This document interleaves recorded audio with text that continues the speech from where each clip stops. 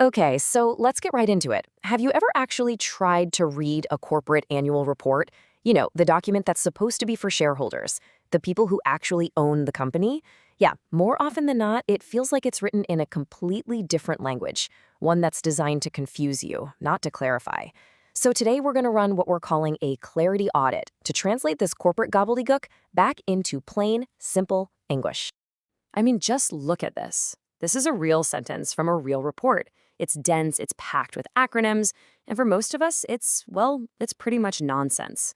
You're just left scratching your head thinking, what does that even mean? And believe me, this isn't some rare exception. This is often the rule. And it creates this huge wall between a company and its owners. And that really gets to the absolute heart of the problem, doesn't it? It's a language barrier.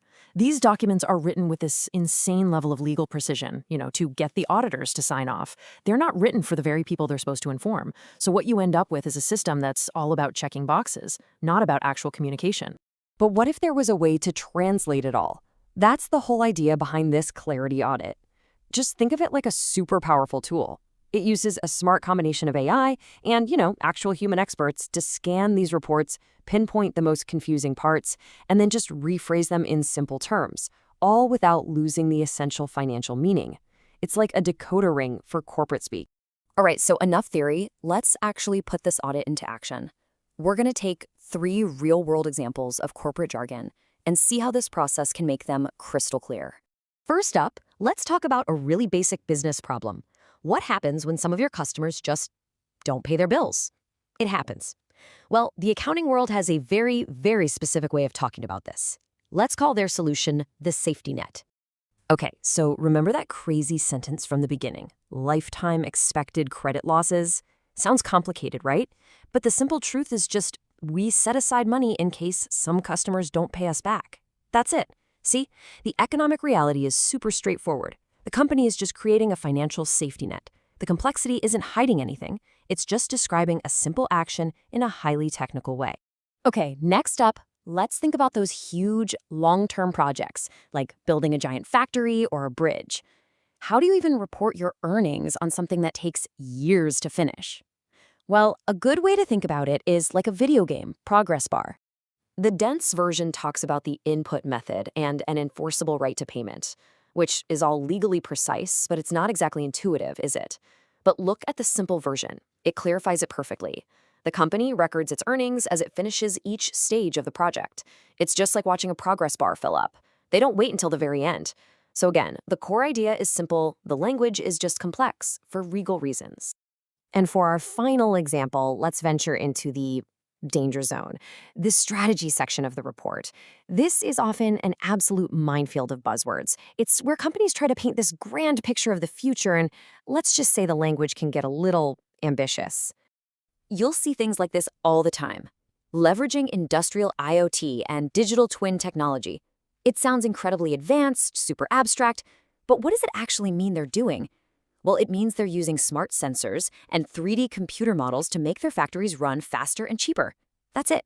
A simple, really powerful concept, just dressed up in some very fancy, high-tech jargon. And this brings us to the big question. You have to be asking this by now, right? If all of this can be said so simply, why isn't it? I mean, is the goal to deliberately confuse people, or is there something else going on here? Well, the answer is actually a little more nuanced than you might think. It's not always about some evil plot to deceive people or hide bad news. A lot of the time, the complexity just comes from having to satisfy this whole web of different rules and different audiences. This table here breaks down the 3 main reasons this happens. First, you've got compliance. That was our safety net example, where the language is basically dictated by auditors to meet a specific accounting standard.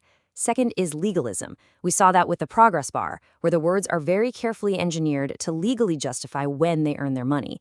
And finally, there's signaling. That's our strategic buzzwords, where companies use all that jargon to sound modern and tech-savvy to big investors. So, okay, we get why it's so complicated. But so what? Why does any of this actually matter? What's the real-world impact of this huge communication gap?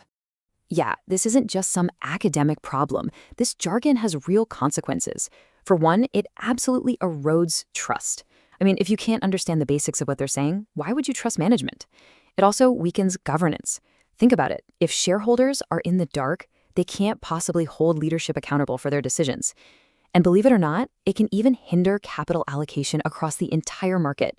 Because when communication is this fuzzy, money doesn't always go to the right places. So, what can we take away from all this? What can you do?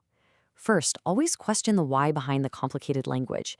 Ask yourself, is this for compliance, for legal reasons, or are they just trying to sound smart? Second, remember that simplicity is almost always possible. There's a core economic truth in there somewhere, and it can be stated clearly. And third, start thinking of clarity as a tool. New ways of analyzing information, like we've talked about, can be your personal translator, empowering you to cut through the noise. Ultimately, it all comes down to this.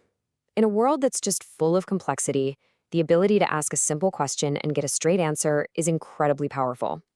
And as this final thought says, when that simple act feels like a threat to an organization, well, that's a pretty clear sign that the fight for clarity is more important than ever.